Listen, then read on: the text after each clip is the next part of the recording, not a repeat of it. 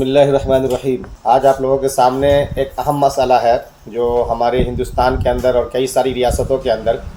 پیش آتا رہتا ہے۔ وہ ہے سرکاری فنڈ کا ملنا اور اس کا استعمال کرنا، یعنی کہ آپ کے نام فنڈ ریلیز ہو چکا ہے، اب اس کو یوز کرنا ہے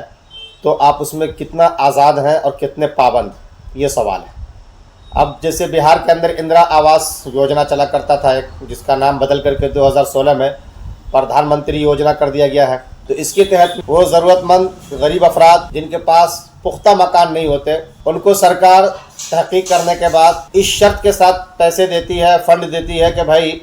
آپ کو اپنے مکان بنا لینے ہیں۔ اب آپ فلاں کام کرتے جائیں، مثلا بنیاد ہے، پھر دیوار ہے، لینٹر تک کا، پھر چھت وغیرہ ہے، وہ ساری چیزیں چاہے وہ پنچایت بلاک کے جو آپ کے یہاں پنچ ہے وہ آ کر کے دیکھیں، یا پھر BDO جس کو ہم بولتے ہیں بلاک ڈیولپمنٹ آفیسر، وہ آ کر کے دیکھیں، وہ دیکھتے رہیں گے اور پھر آپ کا جو کام ہوتا جائے گا اس کے آگے کا فنڈ وہ دیتے جائیں گے، یہ شرط ہوتی ہے۔ تو اب پیسے کسی کو مل گئے، اکاؤنٹ میں پیسے آ گئے، تو کیا اس کو ہم اپنا مالک جان کر کے کہ بھائی میرے پاس پیسے آ گیا، میں مالک بن چکا ہوں، تو کیا کسی نجی کام میں، مثلا گھر میں بچے کی شادی ہے، بیمار پڑ گیا، علاج ہے، یا اگر کوئی پرو تہوار آ گیا تو اس میں استعمال کر لینا، جیسے کہ قربانی وغیرہ کے اندر، اس پیسے کو لگا سکتے ہیں یا نہیں، یہ سوال لوگ کافی پوچھتے ہیں۔ اسی طریقے سے بہت سی جگہ بچوں کی تعلیم کے لیے فنڈ دیے جاتے ہیں، وہاں پہ بھی بچے کے اکاؤنٹ میں پیسے آ گئے، یوں سمجھا جاتا ہے بچہ مالک بن چکا ہے۔ تو کیا تعلیم کے لیے جو پیسے دیے گئے ہیں ان پیسوں کا استعمال کسی دیگر کام میں ہم یہ سمجھ کر کے میں تو اس کا مالک بن چکا ہوں، جو چاہوں سو کروں، اس نقطہ نظر سے ہم کر سکتے ہیں؟ تو بہرحال سرکاری فنڈ آپ کو کسی مخصوص کام کے لیے دیا جائے تو آیا آپ اسی کام کے کرنے کے پابند ہوں گے شریعت کے لحاظ سے، ایز اے مسلمان آپ کے لیے جہاں پہ دیکھا جاتا ہے، اور ملک کا جو قانون ہے اس قانون کے لحاظ سے بھی، یا پھر آپ آزاد ہوتے ہیں کہ جیسا چاہے ویسا استعمال کریں؟ لب لباب یہ ہے جواب اس کے اچھی طریقے سے ہم اور آپ یہ ذہن نشی کر لیں، ہم اور آپ پابند اس بات کے ہیں جس کام کے لیے وہ پیسے دیے جاتے ہیں وہی کام ہم اور آپ کریں گے، منمانی نہیں کریں گے۔ حدیث بھی ہے اور قرآن کریم کی آیت بھی ہے۔ یہ حدیث اور قرآن کریم کی آیت کو سمجھنے سے پہلے یہ سمجھ لیں آپ کہ جب آپ کو یہ فنڈ دیا جاتا ہے، جیسے اندرا آواس یا آج کے وقت میں پردھان منتری گرامین یوجنا جو کہلاتا ہے، یہ جب آپ کو دیے جاتے ہیں نا، اس میں شرط ہوتی ہے کہ آپ فلاں کام فلاں طریقے سے کرتے جائیں گے، اس کے بعد ہم آپ کو فنڈ دیتے جائیں گے، اور آپ اس بات کا اقرار کرتے ہیں، تحقیق کے وقت میں یہ ثابت کر دیتے ہیں کہ ہم مکان کے مالک نہیں ہیں، ہم بھی کہہ لیجیے کہ BPL ہے، یعنی کہ بلو لائن آف پاورٹی جسے کہتے ہیں، غربت یا خط افلاس جس کو کہا جاتا ہے، بالکل اس سے نیچے جا چکے ہیں، PL ہمارے یہاں مشہور لفظ، اس درجے میں آتے ہیں، تب جا کر کے آپ کو اس بات کا مستحق مانا جاتا ہے اور آپ کو پیسے دیے جاتے ہیں۔ تو جب آپ نے اس سے اس بات کا اقرار کیا کہ میں مستحق ہوں، ضرورت مند ہوں،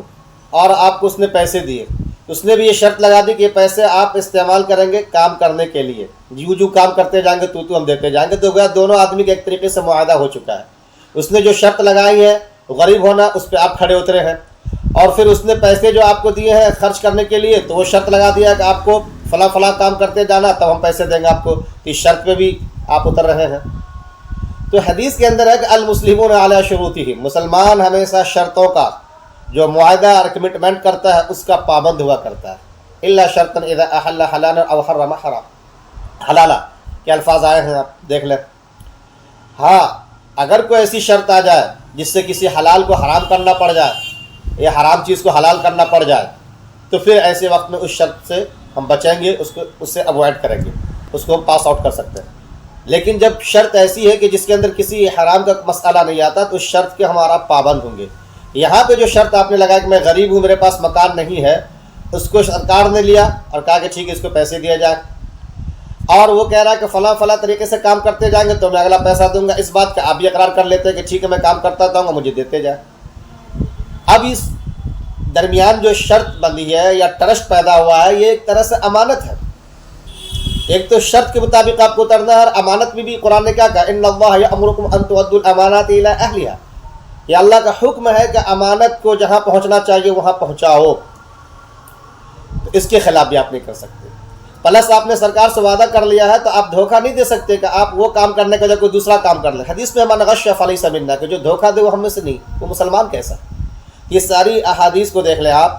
قرآن کریم کی آیات کو دیکھ لیں آپ، پھر فقہی جو قاعدے اس میں ہے باضابطہ کہ العبرۃ للعقود یا بالعقود،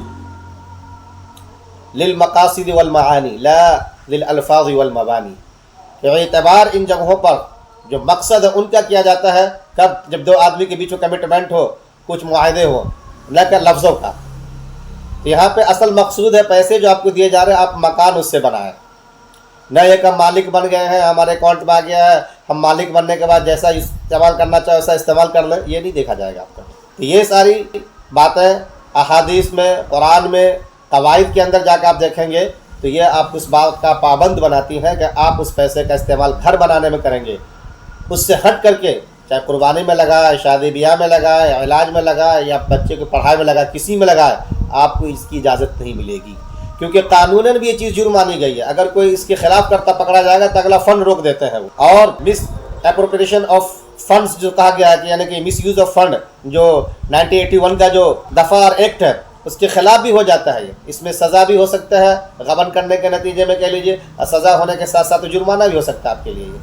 تو قانونی لحاظ سے بھی غلط ہے، اور شرعی لحاظ سے بھی جس کی فقہی تکیف کی ہے اس کے لحاظ سے بھی آپ دیکھیں گے تو آپ شرط کے خلاف جا رہے ہیں، اس لیے اس کی اجازت نہیں ہوگی، اس لحاظ سے بھی یہ غلط ہے اور پابندی ہے اس کی، اس کا خیال ہم کو اور آپ کو رکھنا پڑے گا۔ دوسری بات جو اور بھی دیگر قسم کے جو تعلیم علم کے حوالے سے آتے ہیں اس حوالے سے بھی یاد رکھیے، اگر اس میں بھی پابند کر دیا گیا کہ بچے کی تعلیم ہی پہ پیسے لگائے جائیں گے، تعلیم کے علاوہ پہ لگانے کی اجازت نہیں ہے، تو پھر ہم اور آپ تعلیم کے علاوہ پہ لگا بھی نہیں سکتے اس کو، کیونکہ یہاں پہ بھی وہی باتیں آئیں گی جو تفصیل سے بھی ساری باتیں آئی ہیں، وہ شرط والی، وہ امانت والی، آپسی ٹرسٹ والی، آپسی ایگریمنٹ والی، اس کے خلاف اگر جاتے ہیں تو یقینی بات ہے کہ آپ ایک مسلمان جس شرطوں کے پابند تھے، آپ پہ جو ٹرسٹ کر کے آپ کو دیا گیا آپ نے اس کو بریچ کیا۔ ٹرسٹ کا بریچ کرنا، دھوکہ دینا، یہ تو اسلام کے اندر باضابطہ سراسر ممنوع ہے اور مسلمان کے مسلمانی شان کے خلاف قرار دیا گیا، اس لیے یہاں بھی اس کی اجازت نہیں ہوگی۔ ہاں اگر کہا گیا کہ بھائی آپ کو دے دیے گئے، آپ چاہیے تو تعلیم میں اس کا استعمال کر لیجئے، یا دیگر ضرورت ہے، مان لیجیے سائیکل لے لیجئے، پڑھنے کے لیے آپ لیپ ٹاپ لے لیجئے، تو پھر جب اجازت آپ کو خود دے دے گی تو آپ اس اجازت کے مطابق جہاں چاہے جیسا چاہے یوز کرنا کر سکتے ہیں آپ، لیکن اگر آپ کو پابند بنا دیا گیا جیسا کہ اندرا آواس کے اندر آیا ہے تو پھر آپ اس میں منمانی نہیں کریں گے۔ ایک چیز تو یاد رکھیں۔ دوسری چیز میں یہ بتا دوں کہ بسا اوقات آخری قسط جو پیسے کا آنے ہوتے ہیں وہ آ رہا ہے، اور آخری قسط میں کبھی کبھی ایسا ہوتا ہے کہ آدمی اپنا پیسہ لگا کام کر چکا ہوتا ہے، اب پھر سرکار کا فنڈ آ رہا ہے، تو کیا اس پیسے کو آپ استعمال کر سکتے ہیں؟ اوبیسلی اب آپ اپنے پیسے لگا کر کے جو سرکار کی طرف سے ضرورت تھی وہ پوری کر دی آپ نے، اب پیسے سرکار کی طرف سے آپ کے پاس آ رہے ہیں تو یہ پیسہ آپ رکھ سکتے ہیں، کیونکہ آپ پہلے پیسہ سرکار کے مطابق سرکار کے فنڈ میں لگا چکے ہیں، اور سرکار نے جو شرطیں رکھی تھی اس کو آپ نے فلفل کر لیا ہے۔ جب آپ نے فلفل کر لیا ہے تو اب آپ کے پاس جو سرکار کے پیسے آ رہے ہیں گویا کہ اس کا وہ ریپلیس ہو کر کے آ رہا ہے، وہ پیسے رکھ سکتے، اس کا استعمال کر سکتے، اس میں کوئی قباحت نہیں ہے۔ مجھے امید ہے کہ انشاءاللہ العزیز یہ باتیں اگر پوری تفصیل کے ساتھ، فرق کے ساتھ ہم اپنے ذہن میں رکھیں تو بہت سے مسائل ہمارے حل ہو جائیں گے، اور جو ہم نے آپ کے سامنے قرآن آیت اور حدیث اور اسی طریقے سے قاعدہ فقہیہ پیش کیا ہے، اس کی روشنی میں اگر آپ غور کریں گے تو نئے پیش آنے والے بہت سے مسائل انشاءاللہ العزیز حل ہوتے چلے جائیں گے۔ بہت سارے ائمہ حضرات نے، اسی طریقے سے ہمارے 2-3 علماء حضرات ہیں وہ، اور ایک دو مفتی صاحب بھی، انہوں نے بھی کہا تھا کہ اس پہ کبھی موقع ملے تو آپ روشنی ڈالیے گا، تو ہم نے کوشش کی ہے کہ یہ باتیں سامنے میں آ جانی چاہیے۔ جزاک اللہ خیرہ، شکرا جزیلا۔ ان باتوں کا ہم اور آپ کثرت سے عام بھی کیا کریں تاکہ ہم ایک طرف سے جو ملک کے قانون ہے اس کی بھی اچھی طریقے سے پابندی کر سکیں، نمائندگی کر سکیں، اور اسلام کی جو خوبصورتی ہے وہ ہم سامنے ملا سکیں، ہمارا کردار اسلام کی تبلیغ بن سکے۔ جزاک اللہ خیرہ، شکرا جزیلا۔ السلام علیکم ورحمۃ اللہ۔